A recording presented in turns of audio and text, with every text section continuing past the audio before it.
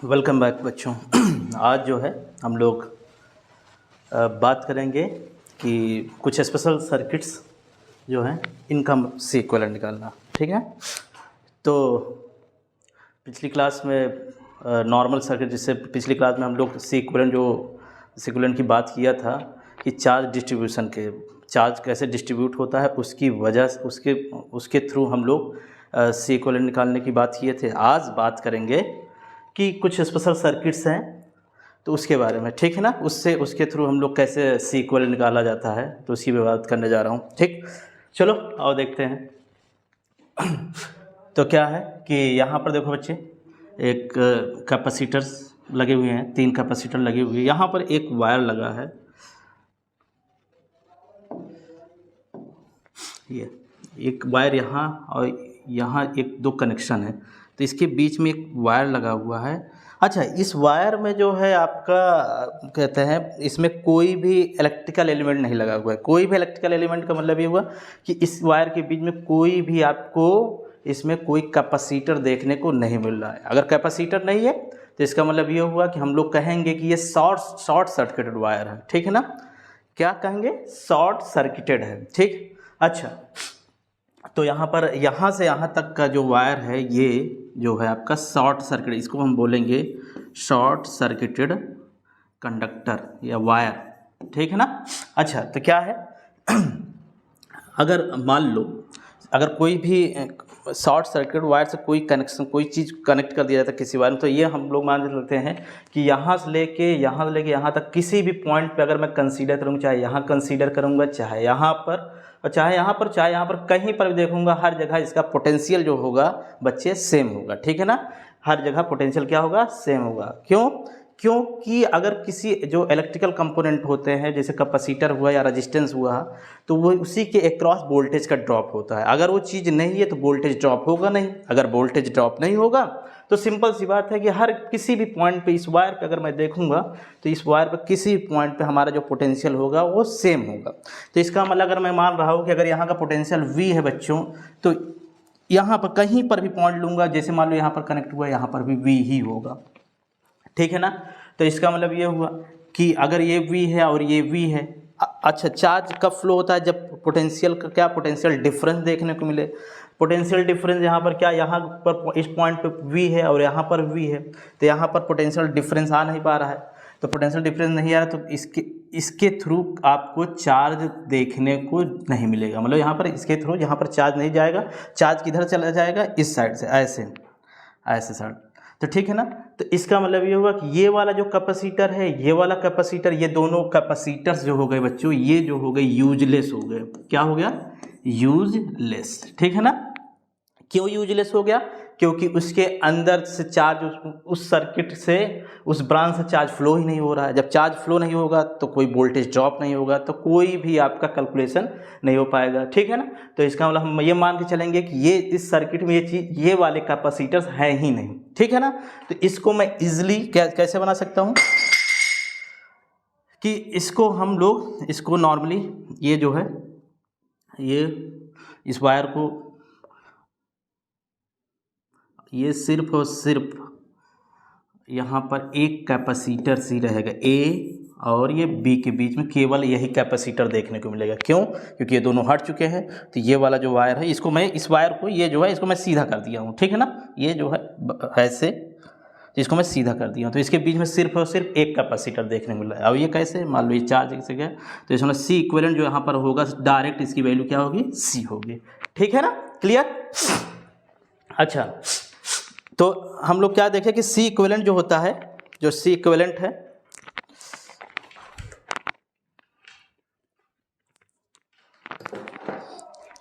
हाँ, तो हम लोग ये देखें कि भाई जब शॉर्ट सर्किटेड हो जाएगा कोई भी,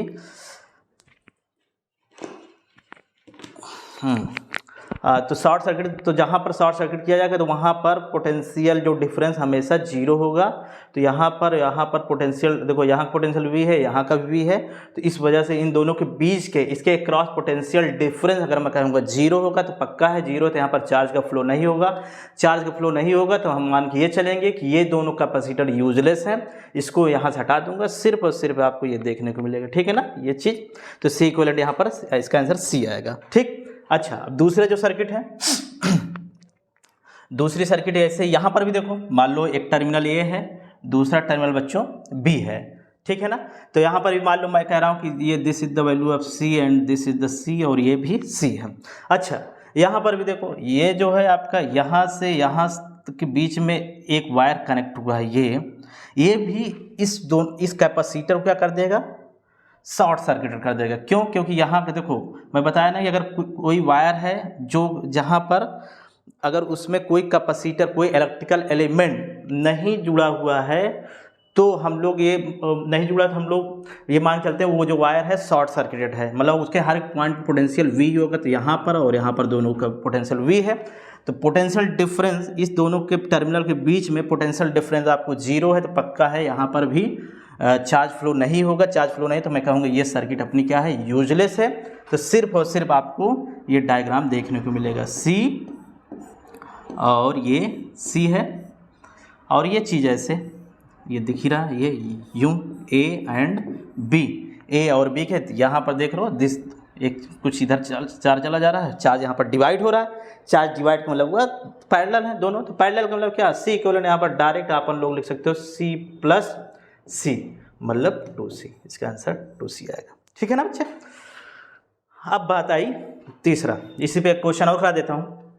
यहाँ पर भी देखो एक सर्किट है, यहाँ पर भी देखो, यहाँ पर एक पॉइंट ये है, ठीक है, दूसरा पॉइंट ये है, एक वायर ये देखो, यहाँ पर भी इस वाले वायर में कोई भी कैपेसिटर नहीं लगा है, तो पक्का है ये जो काम करेगा कैसे काम करेगा, ये एज अ शॉर्ट सर्किट काम करेगा, है ना। अगर ये शॉर्ट सर्किट यार काम करेगा तो पक्का यहाँ का वोल्टेज सेम है, तो पोटेंशियल डिफरेंस क्या हो गया, इसके बीच जीरो थे, इसका मतलब ये चीज़ यहाँ पर ये वाली जो कैपेसिटर है ये हट चुका है यहाँ पर, ठीक है ना। तो ये हट गया है, तो बच्चे इसको डायग्राम ऐसे सिंपली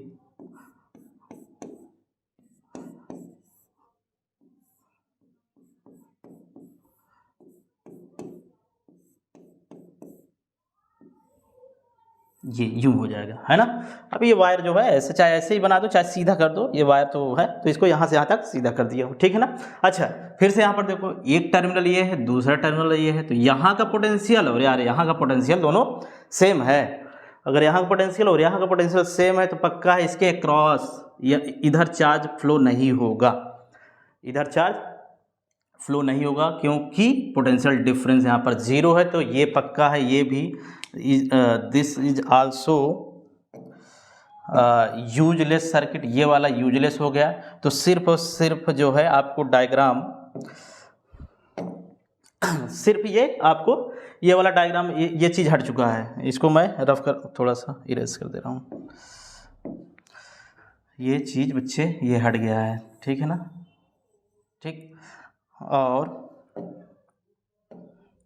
और ये सिर्फ अब देखो, अब चार्ज ऐसे गया यहाँ पर, जो लास्ट वाला जो आपका लास्ट वाला नोड है, यहीं इसके पहले हम लोग चार्ज को फ्लो करा देता हूँ। तो एक चार्ज इसमें जाएगा, एक चार्ज इसमें जाएगा, एक चार्ज ऐसे गया उसके बाद वापस ऐसे आया, एक इसमें गया, तो ये दोनों आपस में क्या हो गए, पैरेलल हो गए हैं, है ना, ये दोनों पैरेलल हो गए हैं, ठीक है ना। तो मान लो ये C है और ये C है, तो पैरेलल हो गए, तो इनकी वैल्यू निकाल ले रहा हूँ, C और C के पैरेलल 2C हो जाएगा बच्चों। C और C की वैल्यू ये देखो, एक C ये है ये और दूसरा ये, तो इसकी वैल्यू 2C हो जाएगा। तो इसको एक छोटा सा डायग्राम मैं बना दे रहा हूँ ये आपको। अच्छा, इसके और इसके बीच में ये जो है, इन दोनों टर्मिनल के बीच में एक कैपेसिटर C दूसरा ये वाला लगा हुआ है। तो इसका मतलब इन दोनों को मैं रिप्लेस करके एक दूसरा कैपेसिटर लगाऊंगा, जिसकी वैल्यू जो होगी बच्चों वो हो जाएगी 2C, और ये दिस इज द C, ठीक है। ये हो जाएगा 2C। फिर से A है, A B ठीक है, एक चार्ज ऐसे गया और वापस फिर वो आ गया, तो इसका मतलब तीनों कैसे हैं सीरीज में। सीरीज के लिए आपको सी इक्वलेंट अगर मैं देखूं तो 1/c इक्वल टू हो जाएगा 1/c plus 1/c plus 1/2c, ठीक है। तो इसका जो है एलसीएम जो निकाल लोगे, एलसीएम इसका 2c हो जाएगा। तो ये तुम्हारा 2 + 1, तो ये जो हो जाएगा तुम्हारा इक्वल टू 5/2c, और 1/c इक्वलेंट की वैल्यू है तो c इक्वलेंट की वैल्यू हो जाएगी 2c/5, रिवर्स हो जाएगा, ठीक है ना, इसको उल्टा कर देना है।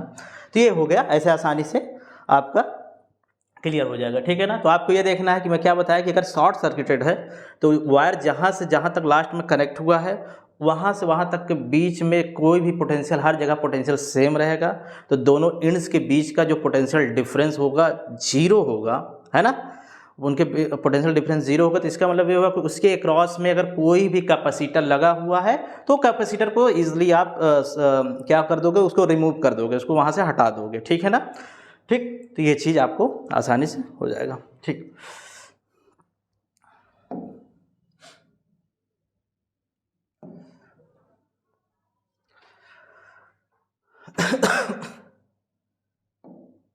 चलो अब दूसरे टाइप का क्वेश्चन है। अच्छा, अब इस टाइप क्वेश्चन है, जैसे मान लो ये सारी 1 माइक्रोफैराडे है, ये 1 माइक्रोफैराडे, ये भी 1 माइक्रो। अब इस टाइप की सर्किट जो है यहाँ पर एक्चुअली यहाँ पर आप उस तरह जो है चार्ज डिस्ट्रीब्यूशन वाला तो थोड़ा सा मतलब कि कॉम्प्लेक्स पड़ जाएगा, इसलिए देखो इसको दूसरे तरीके से मैं थोड़ा सॉल्व कर रहा हूँ, ठीक है ना। आप चलो आप देखते हैं। हाँ, तो क्या है कि तो क्या करना है बच्चे, यहाँ पर ऐसा करो, यहाँ पर ये पॉइंट ए है मान लो ये, और इसको मान लो बी, ऐसे थोड़ा सा जहाँ जहाँ नोड बने हैं उसको ऐसे आप उसको डिनोट कर दो, ठीक ना। ए पॉइंट है, ये बी पॉइंट है और ये सी पॉइंट है, बी तो ये है, इसको मैं डी मान ले रहा हूँ, डी, ठीक है ना। ए ये बी है, ये सी है और ये डी है, ठीक है। तो आपको करना क्या है, तो आपको ये बनना है, तो मान लो, तो इसका मतलब ये हुआ कि यार ये पॉइंट चाहे ए यहाँ पर हो, चाहे यहाँ पर हो, यहाँ पर हो, यहाँ पर हर जगह, यहाँ पर हर जगह ए ही रहेगा, ए ही रहेगा, ठीक है ना। क्यों? क्योंकि यहाँ पर भाई एक ही वायर है, यहाँ इसके बीच में कोई भी आपको पोटेंशियल ड्रॉप नहीं होगा, तो यहाँ का हर जगह वोल्टेज सेम होगा। तो मैं हर एक पॉइंट को मैं ए ही मान ले रहा हूँ इसको, ठीक। तो मान लो ए है, पॉइंट ए, ऐसे पॉइंट ए है, अच्छा ए है, और ए और सी के बीच में ए पॉइंट, और देखो ए पॉइंट ए और पॉइंट सी ये सब एक ही, मतलब कि पॉइंट ए भी एक वहीं पर है, देखो क्योंकि ये जो ए है यहाँ पर भी हो सकता है, कहीं पर भी, यहाँ तक भर में जहाँ तक कोई भी कैपेसिटर आपको नहीं है वहाँ पर कोई ए जो है यहाँ पर भी हो सकता है, यहाँ पर भी, कहीं पर भी। तो ए और सी दोनों सेम पॉइंट पे हम मान लेंगे, है ना, क्योंकि ए यहाँ पर हर जगह है, तो ए और सी सेम पॉइंट पे है, ठीक है ना। और दूसरा पॉइंट डी है, तो ये मान लो ये पॉइंट डी है आपका, ठीक है ना। ए यहाँ पर है, डी यहाँ, तो ए और डी के बीच में एक कैपेसिटर लगा हुआ है ना। ए मान लो ये पॉइंट ए है आपका, यहाँ पर कहीं पर भी हर जगह ए ही होगा, ए पॉइंट यहाँ पर है और डी यहाँ पर, तो ए और डी के बीच में कैपेसिटर सी लगा हुआ है, ठीक है ना। इसको एक्चुअली हम लोग सर्किट को रीड्रॉ करते हैं, ठीक है ना। इसको थोड़ा सा ईजी, सर्किट को थोड़ा ईजी बना देते हैं, ठीक है ना, रीड्रॉ करके, ठीक है। अच्छा, तो फिर सब देखो, अब सी देखो, डी और सी, तो सी यहाँ पर है, तो सी और डी के बीच में एक कैपेसिटर और जुड़ा है, ऐसे एक कैपेसिटर और जोड़ दिया, यूँ, ये एक कैपेसिटर और जुड़ा है। अच्छा, अब देखो बच्चे, डी और बी, देखो डी और बी मान लो कोई यहाँ पर पॉइंट है, आगे उसी के आगे बढ़ते चले जाओ, बी यहाँ पर, डी और बी के बीच में एक कैपेसिटर ये लगा हुआ है, ठीक है ना। डी और बी के बीच में एक कैपेसिटर ये लगा हुआ है, ठीक। और सी और बी, सी ये है और ये बी के बीच में एक कैपेसिटर ये लगा हुआ है, ये आप ये सर्किट देखो कितना इजी ड्रॉ हो गया है, ठीक है ना। तो आपको क्या करना है, आपको ये करना है कि पहले नोटेशन कर दो, जैसे मान लो यहाँ पर ए है पहले से, यहाँ पर बी है, तो कोई बात नहीं, और उसके बाद और जहाँ जितने नोड हैं मतलब कि वहाँ पर भी आप नोटेशन ऐसे कर दो, ठीक है ना। जैसे अब देखो ए जो है बच्चे, ए और ए यहाँ से यहाँ तक और यहाँ से यहाँ तक पूरा फैला हुआ है, तो ए और सी देखो सेम पॉइंट पे है, तो ए और सी को मैंने सेम पॉइंट कर दिया हूँ। दूसरा डी है फिर बी है, तो डी को आगे डी को यहाँ पर आगे पॉइंट कर दिया और डी के आगे कोई बी पॉइंट यहाँ पर कर दिया। अब इसी के बीच में हमको कैपेसिटर्स को जो है, जो कैपेसिटर्स हैं उनको कनेक्ट करना है ना। अच्छा, तो अब क्या करना है कि ए अब देखो ए और डी के बीच में कैपेसिटर जोड़ देना है जिसकी वैल्यू 1 है और इसकी वैल्यू 1 ही है। ए देखो ए और डी और सी और डी, देखो सी यहीं पर है ना, ए और सी दोनों सेम पॉइंट, सी और डी के बीच में एक कैपेसिटर है। सी और बी देखो, सी जो है सी और बी के बीच में, सी यहाँ पर है तो सी और बी के बीच में कैपेसिटर लगा दिया जिसकी वैल्यू क्या है, सी और बी के बीच में ये 2 है और ये इसके बीच में 1 है, ठीक है ना। अब इसको सिंपली मैं सिंप्लीफाई कर सकता हूँ। देखो ये सिंपल सी बात है, ये और ये आपस में कैसे हैं, पैरेलल में है, तो इसको पैरेलली आपसे आपको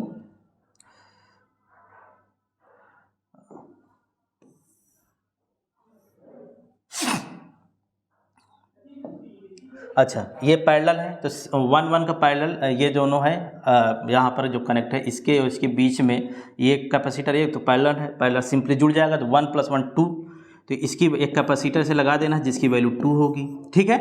और इसके बाद यहाँ पर इसके साथ एक ये सीरीज में है ये U1 और इसके साथ ये जो है दूसरा वाला कैपेसिटर ऐसे बच्चे ऐसे जुड़ गया है, बस सिंपल से ये 2 हो गया। फिर से A और B, तो क्या है 2 और 1 ये दोनों सीरीज में है ये उसके साथ पहला 2 1 का जो सीरीज होगा क्या होता है, यहाँ पर C डैश अगर मैं कहूँ 2 × 1/2 + 1, क्यों C1 C2/C1 + C2, तो ये 2/3 हो गया।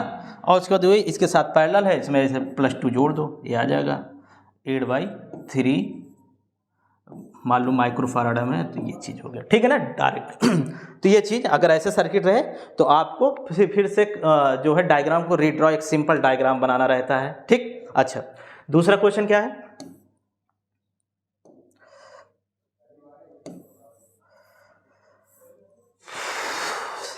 समझ में आ रहा है अच्छा अब जो है बच्चे एक यहाँ पर है उसी तरह ये इसको देखो, एक कप ये है आपको बोर्ड एग्जाम में आपको कंपटीशन भी इस टाइप के क्वेश्चन देखने को मिल जाता है।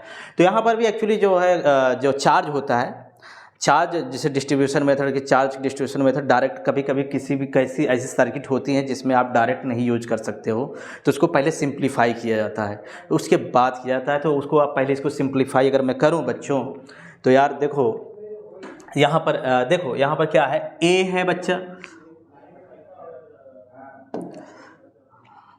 A है, B है, देखो जहाँ जहाँ नोड है यहाँ पर आपको C है, ये D है मैंने कर दिया है और ये E कर दिया है, ठीक है ना अच्छा तो यहाँ पर आपको देखना है कि जो है इसको सर्किट को रीड्रॉ करना है। तो रीड्रॉ करने के लिए मैं तरीके बताया, क्या पॉइंट A है ऐसे ड्रॉ करो, ये आपका बच्चा पॉइंट B है ऐसे पॉइंट B, A और B के बीच में एक कैपेसिटर ऐसे जोड़ दो, सिंपल, ठीक है ना, जुड़ गया। अच्छा B और देखो पॉइंट B और पॉइंट D, भाई अब ये यहाँ पर कहीं पर भी मैं इस B को चाहे यहाँ से यहाँ तक मैं कहीं पर भी लिख सकता हूँ, तो ये B और D देखो सेम पॉइंट पे है, क्यों, क्योंकि यहाँ पर कोई वोल्टेज ड्रॉप होगा नहीं, तो चाहे मैं यहाँ का वोल्टेज लिखूँ चाहे यहाँ वोल्टेज सेम है, तो यहाँ पर B और D को ऐसा सेम लिख दो बच्चे, एक जगह B और D को एक जगह लिख दिया। अच्छा और अब बात मैं कर रहा हूँ, अच्छा यहाँ पर A और B और एक C पॉइंट यहाँ पर लिख दो ऐसे C, this is the C, देखो C और D के बीच में, B और C के बीच में, देखो B और C के बीच में एक कैपेसिटर लगा है, B और C के बीच में एक कैपेसिटर ऐसे लगा हुआ है, ठीक है ना। अच्छा B और C के बीच में, और अब क्या होता है C और D के बीच में एक लगा है, तो C और C इधर है और D यहाँ पर है, देखो तो C और D के बीच में मैंने एक कैपेसिटर ऐसे लगा दिया, ठीक, ये यूं एक चीज़ ये है। अच्छा अब देखो पॉइंट C बच्चे और पॉइंट E सेम स्थान पे, तो C और E को एक स्थान पे ऐसे मैं लिख दिया, ये यूं C और E को ऐसे एक स्थान पे लिख सकते हो, क्यों, क्योंकि यहाँ का पोटेंशियल और यहाँ का पोटेंशियल, तो यहाँ ये C का चाहे यहाँ पर भी लिखो कहीं पर भी लिखोगे, चाहे E के पास भी लिख दो, बात बराबर है, ठीक है ना। तो ये हो गया आपका सी और ई।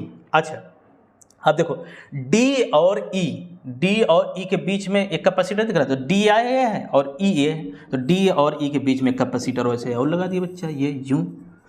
तो ये कैपेसिटर हो गया, मान लो ये सारे सी हैं सारी, अच्छा दिया गया है।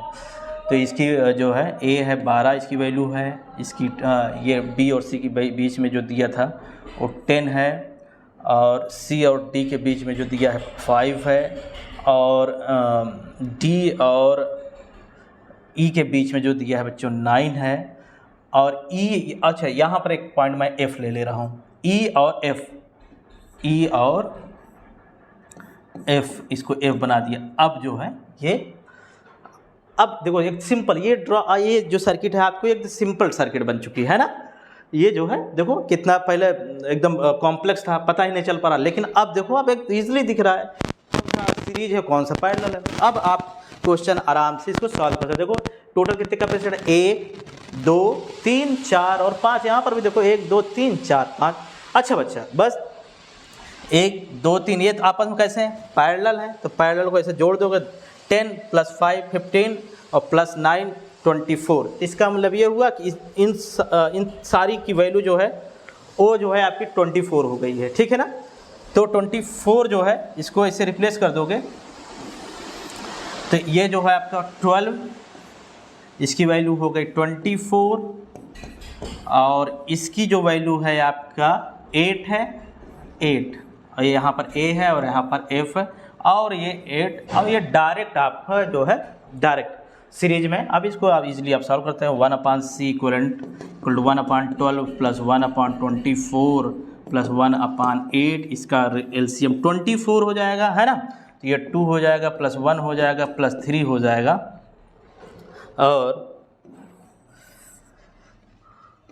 जो है अब इसको कितना होगा, 3 2 5 6, तो 1/c = हो जाएगा 6/24। तो इसको रिवर्स मार दो तो c = हो जाएगा डायरेक्ट 4 माइक्रोफैराड। ये आंसर हो गया, ठीक है ना। अगर कॉन्सेप्ट आपको बढ़िया लगा होगा एकदम इजी वे में, ठीक है ना। जैसा कि मैं सोचता हूँ बच्चों कि अगर ये आपको समझ में आया होगा, ठीक है ना। अगर आपको अच्छा लगा तो आप चैनल को मेरे लाइक करो, सब्सक्राइब करो, और थोड़ा सा यार आगे बढ़ाओ, तो ताकि आपको अच्छे वीडियो आपको देखने को मिले, ठीक है ना। इधर सिंपल सा, ठीक है ना, सब एकदम इजी गोइंग वे में सारी चीज़ें होंगी, ठीक है ना। चलो ऑल द बेस्ट बच्चों।